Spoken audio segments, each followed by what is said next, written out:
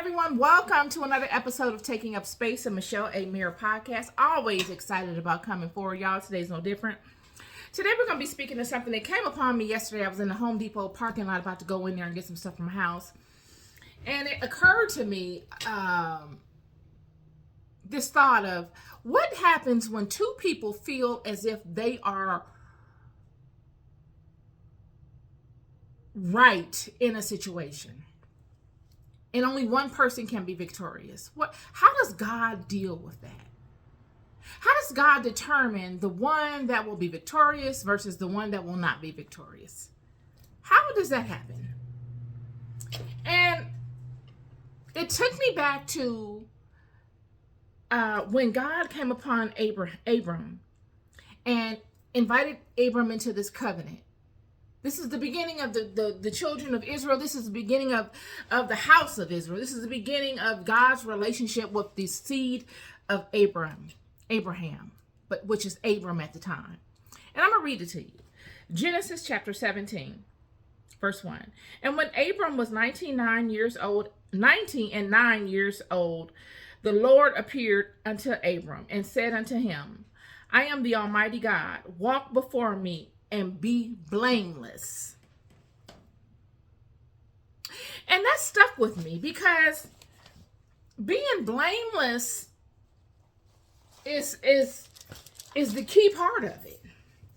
He's telling Abram, walk with me and regard me in all your ways. Follow my rules. And don't let me be able to condemn you.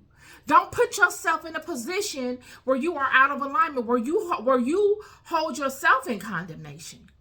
Be whole. Stand in your truth. Know that your walk has been a legitimate, righteous walk. Not perfect. Not being a mat to people. Not playing the middle ground. And just letting things be. And being the peacemaker and not being passionate about anything. Not standing for anything. Not any of that. He said, I want you to walk the walk, make moves in this life, honor my law, represent me, do what your heart is telling you to do, speak truth to power. Yet throughout all of this that I require you to do, being a mover and a shaker in the world, I need for you also to do it in a way where you are held blameless.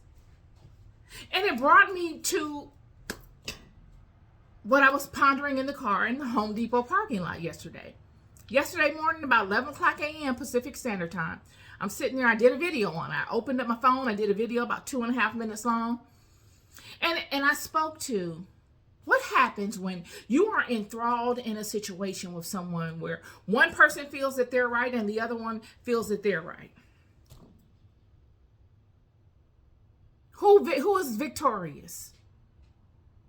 The one that is able to say that they walked that walk. They fought that fight in the most righteous way possible so that they themselves can be held blameless. They walked that walk and they fought that fight without being underhanded, without cutting corners and deceiving people and doing all the things we do so we can win. You fought that fight in a legitimate, righteous, stand-up guy, girl kind of way so that you are held blameless. Now, I'm telling you, all the time, this does not work because sometimes, friends, God has another plan for that situation. It's bigger than what we can see. It's bigger than even what we can forecast out things to be. There are variables in place that we just don't know about. Too many connecting parts. People that haven't even been introduced to the scenario that God is allowing us to work within so that those people can be introduced. So it may not look like it's working the way you want it to work, but it is working towards the way that God deems it necessary to work. Regardless to all of it, you must keep yourself in a place where you are held blameless, friend. you are held blameless. You can't cut corners. You can't just get at it any kind of way. If God doesn't move the way you want him to move, you don't give God an ultimatum and say, okay, you're not doing it the way I want you to do it. I'm going to go over here and do this over here and get this over here to do it for me. Because when you do that, you hold yourself in contempt. And you invite unto yourself that which was never meant for you. You complicate an already complicated situation that you have found yourself into, that you have found yourself in. Thus, the slogan that people say when they say, hating on me will make your situation worse, that is exactly that. You thinking you're going to go and by any means necessary force your will upon people, even though God does not honor your request for whatever reason. And now you've gone and taken the activity upon yourself to go and focus on lower level entities to do the will of that God would not do as a child of God. Now you have made your situation worse by trying to hate on this individual. Because now it's not about right or wrong. It's about ego. It's about winning. I want to leave with scripture on this one.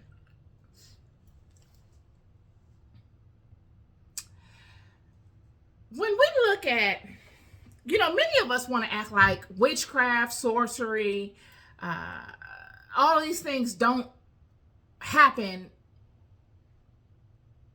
in the house of Israel. Or in any spiritual house. We act like these things are only exclusive to the systems outside of the systems that we work in. They're taboo. But I'm here to tell you, these things were prevalent in ancient times. These things were one of the main reasons why the flood happened, friend. Everybody was working some kind of a juju on another person. They said in the Midrash that there were children 6-7 years old knowing how to do these things. Like when we go on YouTube or on social media and we see children preaching and mimicking preachers at an early age, there were children at an early age mimicking sorcerers and the likes thereof. Because that was the way that you got after spirit. This new form of religion and what we call traditional worship is new. This was nothing. There was not this. I need you to understand this. In ancient times, this was not how it went down, y'all. When you talk about Moses being on Mount Sinai and you talk about Moses and Aaron going before Pharaoh and having this war, and you see Isaiah and you see Daniel. I mean, I can go on and on and on. Joseph interpreting dreams in the prison. All of these things are deeply spiritual situations. We talk about no divination, and divination is wicked, yet the king, the guy, the man that God beloved so much that he created a whole vine that the Messiah would be birthed through, said, bring hither the ephod. Stuff got so thick, it got so real, that David said, told Abiathar to come through and bring hither the ephod. Abiathar was so wise. While on the run, he knew what important items to pick up and what to leave behind. And what he decided was most important was that ephod, friend. Many of you are surrounded by people that are not passionately invested in your walk. Abiathar and David were passionately invested in the walk. Benaiah, passionately invested in the walk. Zadok, passionately invested in the walk. Nathan, passionately invested in the walk. You didn't have to ask them, did they do this and do that? They thought for themselves.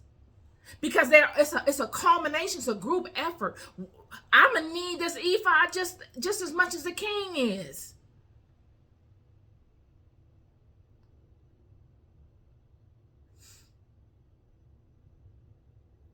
When Hezekiah, after getting word from Sennacherib, Sennacherib comes upon Hezekiah to intimidate him, intimidate the whole house. And Hezekiah goes before God, y'all. These are recipes I'm giving you. These are things I live by. I'm here to tell you, and no man can stop it. You got folks out here that won't give you this information because they feel like, oh, somebody's going to be able to tell my technique and they're going to be able to thwart me and stop me. No man can stop it when God blesses it. There's no fear here. So I offer it up in abundance to you. When Hezekiah was threatened by Sennacherib and all of the Assyrians, he didn't sit up and pout. When Sennacherib and the Assyrians came upon Hezekiah and the children, it was like a curse. It was like the worst case scenario. It was words being spoken over them that would take root in the mind and defeat these people, render them powerless, just mentally. But Hezekiah didn't allow it to defeat him. He said, I'm going to change this.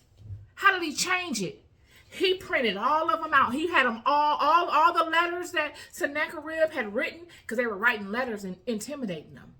And sent them another letter telling them, give up. Don't even try to fight us. You know our reputation. Okay, send them another letter. Yeah, we're 2 miles away. And if you don't respond in a day, we're going to send such and such. And they send another letter. Oh, we got such and such over here held hostage. You know, just all kind of intimidation factors coming up. And Hezekiah was smart enough. He said, okay, somebody wrote this. Give it to me. I'm going to stand in my calling. I know my role. It's not for me to fight this. I'm the avatar in the earth that gets direction from the power source. I know my role. Give me them papers. I'm going to call upon my God. And then I'm going to lay these babies out one by one. And you think you're powerful. I'm going to show you what it is. Either God's going to show me that I'm mistaken about him, or God is going to show you who's powerful. Either way, I'm anxious to see how this works out. And he lays these papers out amongst the altar of God. And he says, Father, I need you to look at this. Here it is. You can smell their intention on the ink of this paper. I need you to search every one of these documents, Father. And I need you to find out who it was that wrote it and all those that sent them to write it. And I need you to put a stumbling block between me and them. Now. That's what he did, friend. That's what he did. He didn't take it upon himself to solve it. He didn't sit and sweat and fret and worry and cry and weep and imagine the worst case scenario. He said, no, I will constantly be lifted. I'm going to always be optimistic. I'm going to take it to the throne of God. No way. I'm going to lay it all on the altar of God. The same way with David, friend. This is my point. My point is that no curse is final. No man, no woman, no entity has the power to put a curse upon you. Nowhere near nobody in this life got as much power as God. And nobody in this life has enough power to speak words of condemnation over you or send condemning energy to you. You have the power within you to send it all back on them. Send it all back upon them head. Let it rest like a crown, like a bust down on their head, just walking around with a bust down curse. That's for you. All that you wish for me, you wish for you. I send that back unto you. I don't have to take that. David did the same thing when David called Abiathar to give him the ephod. And David asked God through this divination device, will I be defeated? Will all of the things that I wish to not happen to me? And God said, yes, they will.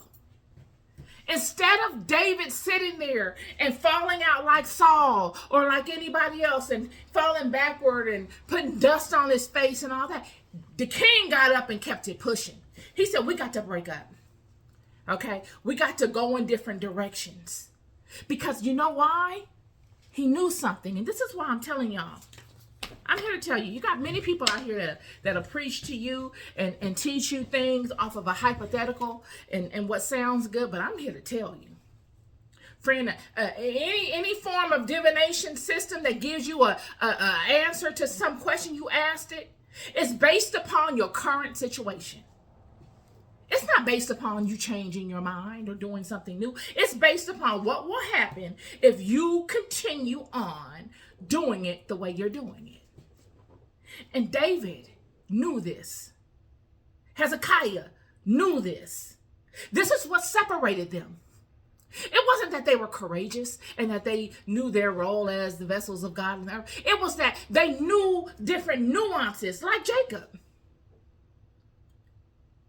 Different nuances that wouldn't be needed in very dire situations to lead the children to victory. David knew when he asked God through the ephod these questions that the answers to the questions would pertain to their current state of affairs. And even though that they weren't the answers that David wanted to hear, he didn't allow it to mentally defeat him. Why? Because he had a response to it. Change my direction. First thing he does is he gets up and he moves. He gets all of his, he doesn't just move for himself. Because he could have just said, I'm out of here. And I don't care which way y'all go. Y'all can stay here. I'm out of here. No. He tells his whole troop of men, everybody break up and move. Everybody go in different directions. This is love. I'm looking out for you like I'm looking out for myself. I'm going in this direction. You go in that direction. And we will meet later. Because I got a word from God and it said that we are not going to prevail in this situation. So we must do something different. No curses, final friend. Nobody in this life has the ability to speak words of condemnation over you and have them take hold lest you give them that authority. You can never see yourself defeated in the soil of your mind. I don't care what comes upon you. And I don't want to get so passionate in these videos, but the spirit that moves in me propels me to speak it in the way I do. But because it's so real, you cannot let that happen. You've got to be able to be useful. You've got to be able to know when spirit is telling you to move and for you to be able to act. Because in you doing so, all of those people that hate on you, like that song said, hating on me makes your situation worse. There's no other way. Hating on me will make your situation worse because I refuse to accept that. I'm sending it back. It must go back to you. It don't fit over here. Stop harming yourself. Stop sending that to yourself. Don't do that. And many of us say, you're talking about divination and you're talking about sending energy back to people. You're supposed to just pray for people and let God handle it. No, you're not. You're not, friend. God gave you the ability of discernment. God gave you the ability to make decisions based upon God's law. God tells Abram in Genesis chapter 17, this is the father of the whole house. He says,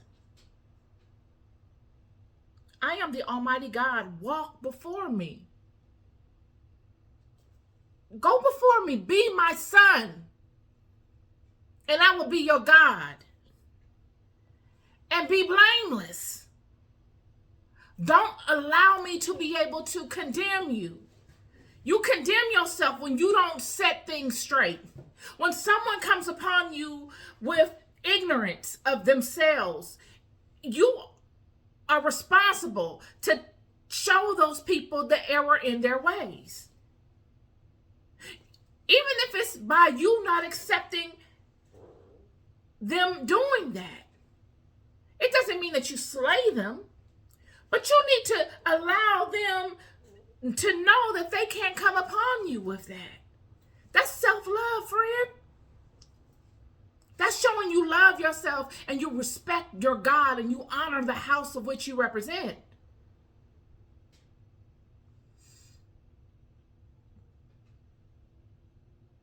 When I speak to divinations and things, we see this time and time again in the Bible by profound people.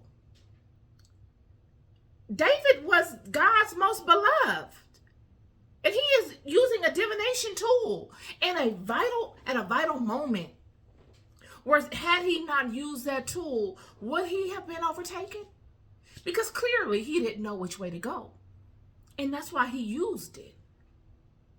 He said Saul was, if I'm not mistaken, doing wickedness upon him. Saul was using sorcery against David, witchcraft. We see this. And this is one of the main reasons why David is like, I need to get a word here. When we look at, Daniel. Friends, remember Daniel? Daniel was a magician. I'm here to tell you, Daniel was a whole magician, y'all. Did we forget that? He just wasn't a dream interpreter. He was a magician. Did the Bible say he was a soothsayer? Let me go to the book of Daniel real quick.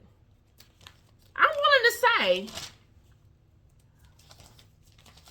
Daniel chapter 5, I believe it was. Or 6. It was 6. Daniel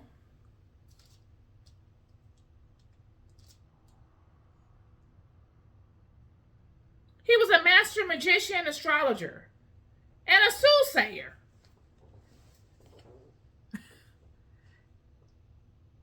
I'm just being honest. And God used Daniel. Daniel comes at a pivotal time while the children are being held in bondage in Babylon. First he appears unto King Nebuchadnezzar. Czar. Remember I did the video on Czar. Nebuchadnezzar. And Nebuchadnezzar has had a dream. And he can't figure the dream out. And he goes and he calls upon all of his dream interpreters, his soothsayers, all of his astrologers, all of these people. Nobody in his whole kingdom can interpret the dream. Same way that Pharaoh did with Joseph.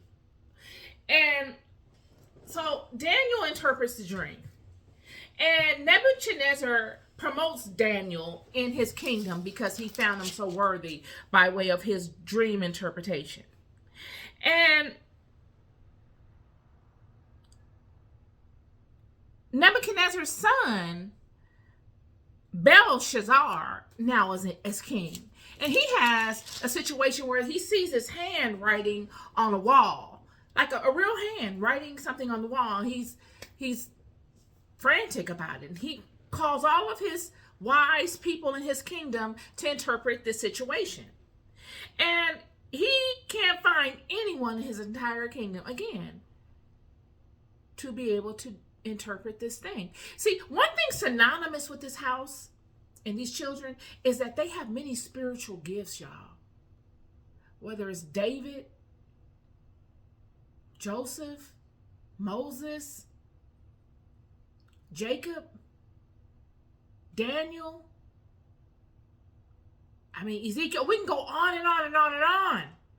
These children have very peculiar and powerful spiritual gifts that are renowned. They're renowned for amongst the nations. Abraham, that makes them sought after. These nations want them because of the gifts that they have spiritually. And they're not gifts just, oh God, please, Father, please come and help us to do better. None of that. This is activity-based stuff. Elijah, I'm talking about things that if we saw it today, we would think it's witchcraft. We would say it's sorcery, it's witchcraft. What is that? I'm just being honest with you. It looks nothing like what we consider honoring God in the traditional sense. Nothing. Nothing. And that's another thing that I want to bring. You know, when I do my Bible studies, I have to focus on that because that is the aspect of biblical interpretation that makes it look as if it's something that it's not, that makes the goings on in this book look watered down. Because we're trying to fit them into a watered down, nice and tidy system so that people aren't afraid. And it's kind of like we're living a lie. We're not absorbing the true essence of it. We're absorbing just enough so that we don't stay up at night thinking about it. When you're looking at Daniel here, Daniel is a magician, y'all.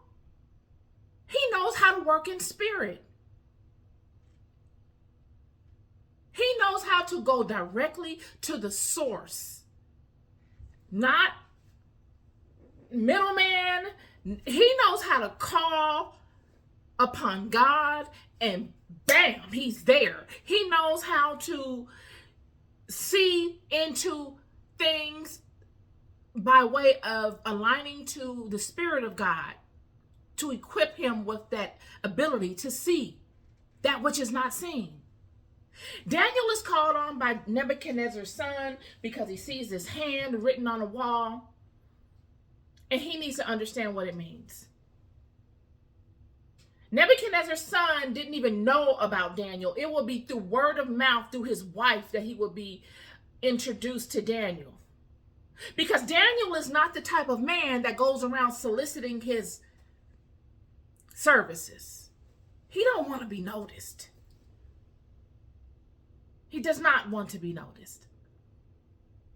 Because if he wanted to be noticed, Nebuchadnezzar, this man's father, Belshazzar, who sees his hand, his father, promoted Daniel within his own kingdom as the head of all of the astrologers and the soothsayers and the magicians. So if he wanted to be noticed, he would have really been out here making a name for himself within that kingdom. So that should tell you, he didn't want to be noticed. And if you know anything about people that feel like they are really powerful in spirit, a lot of times they feel like they want to be I'm the most powerful person and I know everything and I'm an expert and they want to be known for that. But not Daniel. Daniel falls back.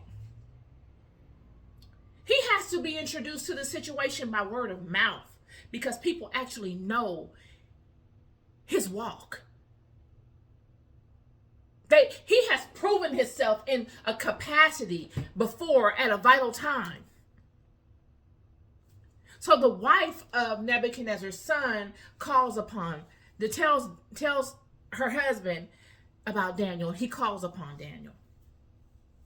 And he tells Daniel, I had this situation happen. If you could explain it to me before I reveal what it is, if you could explain it to me, I want to entice you a bit to buy in on this. If you agree to speak this to me successfully, I will give you a chain and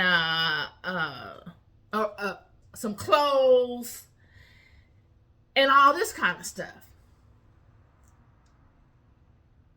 And it says here, and I have Daniel chapter 5 verse 16, and I have heard of thee that thou canst make interpretations and dissolve doubts. Now, if thou canst read the writing and make known to me the interpretation thereof, thou shalt be clothed with scarlet, and have a chain of gold about thy neck, and shalt be the third ruler in the kingdom. And then Daniel answered and said before the king, let thy gifts be to thyself. He said, keep that, friend. I don't care anything about that. And give thy rewards to another. Yet I will read the writing unto the king and make known to him the interpretation. Without a doubt, he says, I will read it and I'll tell you the truth of it. This is a man that has ascended. See, the thing with ascension is that you leave behind all that other stuff, all that rhetoric that those that haven't ascended yet still are enthralled by and impressed by. They don't impress you. You're not impressed by people. You can be amongst people that others would feel impressed by, and you're just looking around. You're looking around people like, I'm just looking. I mean, to them, they're probably thinking you're looking because you're impressed. You're just looking.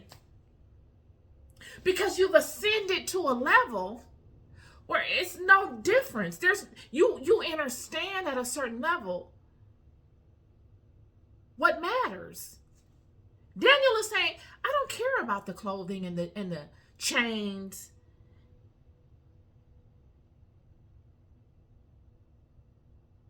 And the status that you're gonna try to put me in. All that's gonna do is complicate my life. I don't want that. He said, give it to somebody else, but I will interpret and make known to you this dream. Why would he say that? He said that because it's a win-win for Daniel. These children are in bondage in Babylon, friend. He's saying, I want to know exactly what Spirit is saying. And I do it for free. Because knowledge is power. And that which you deem is not worthy is worthy, more than likely is very worthy. And I need to know what it is to decipher if it's worthy or not. Or at what level is its worthiness. See, when you really are getting after it in spirit, there is no spiritual situation that is of no benefit. You know God moves in mysterious ways. And the most insignificant things can be the most monumental. So Daniel is saying, I don't care about the clothing. I don't even think he's saying that to make a point of it to the king. He's really not caring about it. I don't care about walking around in a red cape and a gold chain amongst my brethren that are suffering in bondage to make them feel like I'm better than them. I don't care to be put in a particular position so that you can control me and disallow the Spirit of God to move freely within me. I'm cool on that. Go, you guys can have that. But I will do the interpretation for you, and I'll tell you what I find. Now, when he tells the king that he will do the interpretation, yet I will read the writing unto the king and make known to him the interpretation.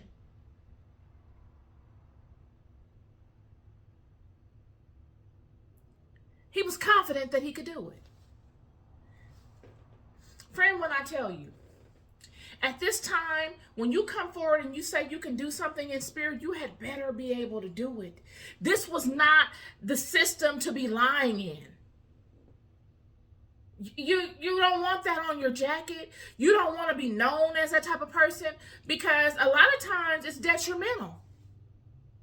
They were stoning people for doing stuff like that.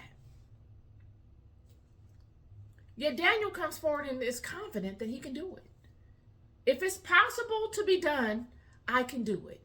With this spirit that is flowing through me, when it decides to move, friend, no weapon, no nothing can stop it. It will move. This is what he's saying.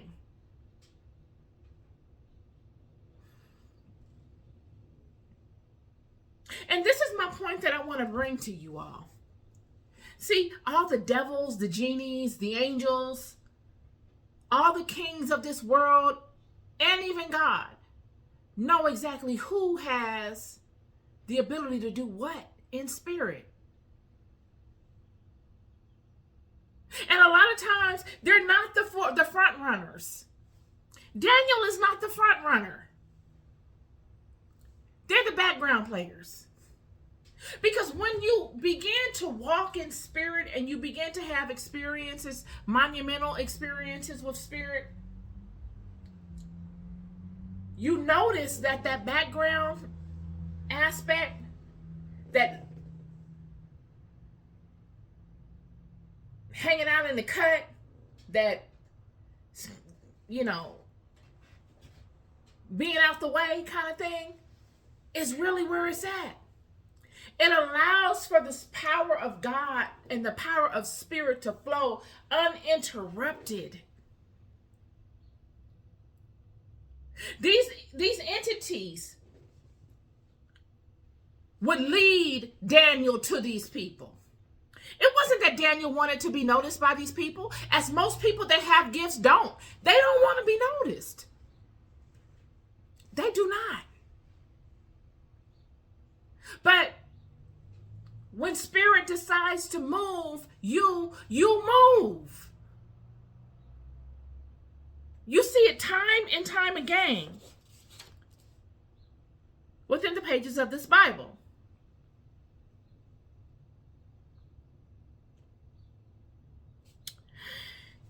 And I know many of you are going to be like,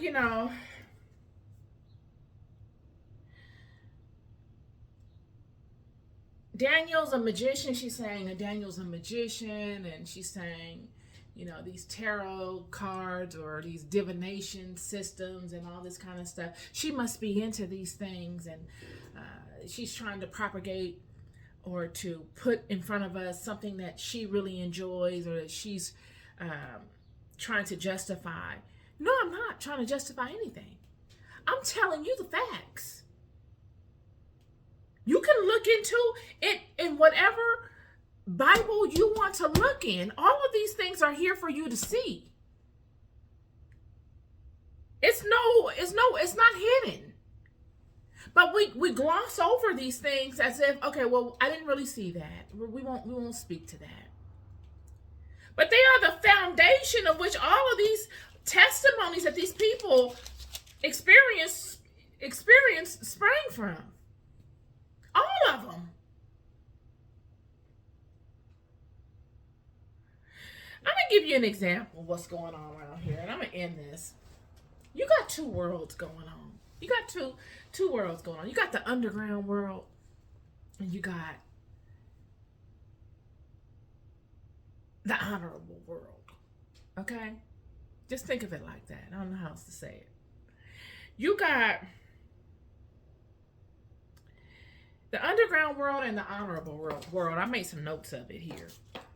And both of them, the lifestyles of both worlds are different. They're totally different. You got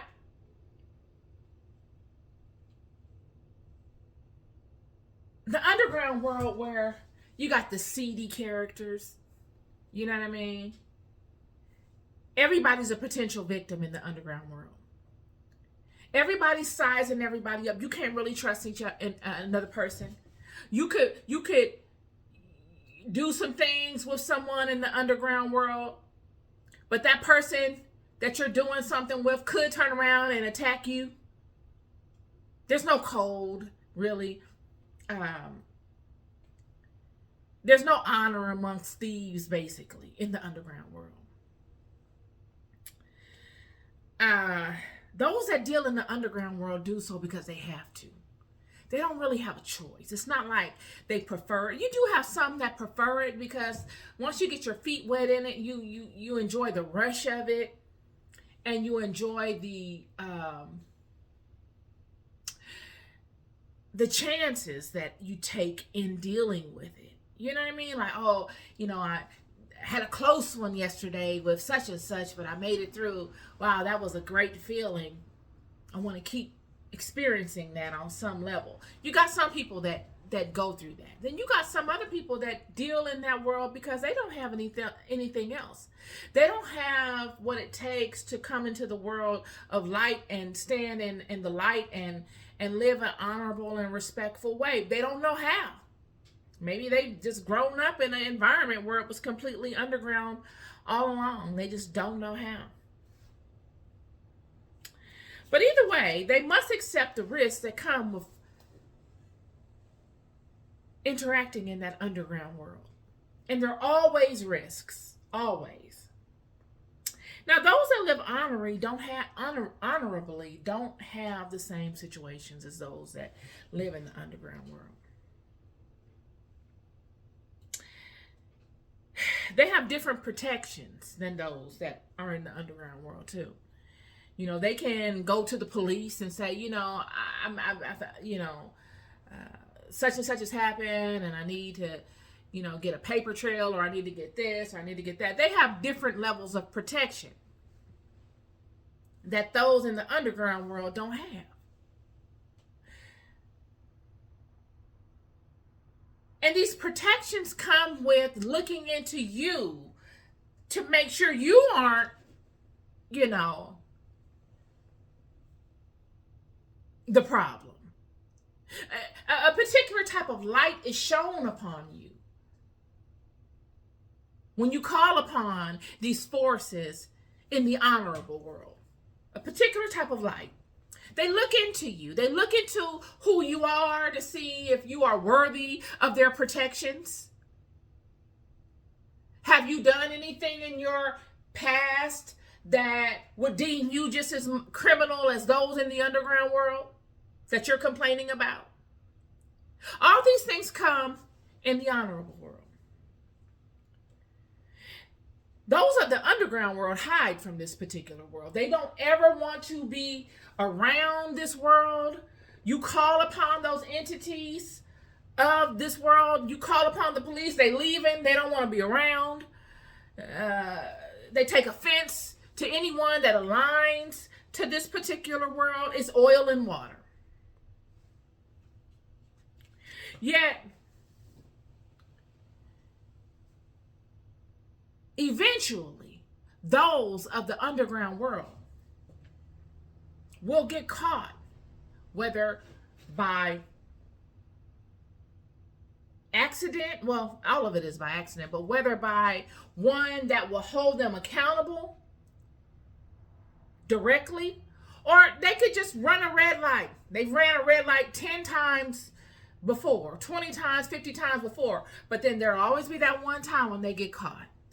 And they get caught running that red light, something as simple as running a red light. And now they get their license ran, and they see this whole laundry list of other offenses. It is the same way in spirit, friend. I'm here to tell you, it is the exact same way in spirit. It is the exact same way. Yet you can't hide what you do in spirit. It just accrues. It just goes on your life resume. And if you don't have enough positives to outweigh your negatives, there's a price to pay. And that's just how it goes. So when you're looking at a Daniel and you're looking at a Moses and the things that they're doing, when you look at Moses and Pharaoh, it wasn't anything new. Pharaoh had a rod too. It was nothing new. It was the spirit in which they called on to get it done. When you look at David and these divination methods, it wasn't that David was out of alignment with God. Every priest had an ephod. It was, what spirit are you calling on to get your direction? This is my word for y'all today. No curse is final, friend. Nobody in this world has enough power and authority over you to speak words of condemnation, nor to curse, hex, vex, none of that. You, unless you give them that power. If you've ever experienced such things, or if you're experiencing it now, most importantly, give it to God in prayer. Shine the light of prayer on it. Because that light of prayer is just like the analogy I gave you of the underworld and the honorable world. When you shine the light of prayer on it and you give it to God in prayer, you hold it accountable. You then begin to attract protections, buffers to it. God begins to send you vessels to strengthen you from it and any further future issues you may have with it. And this is what makes hating on you have their situation be worse.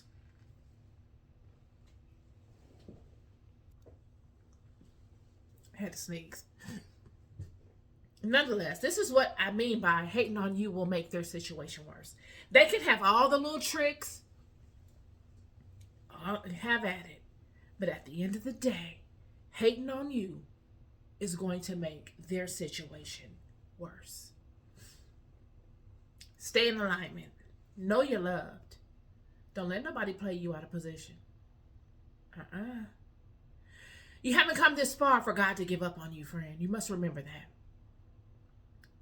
You have not traveled this far for God to say, oh, I give up on him. I give up on her. I've had enough of them. God hasn't invested in you this much for God to just quit you. That's a lie. Stay the course and go the distance and know you're loved. Know that there is a method to this madness. Be good to yourselves and be good to each other. Peace and love.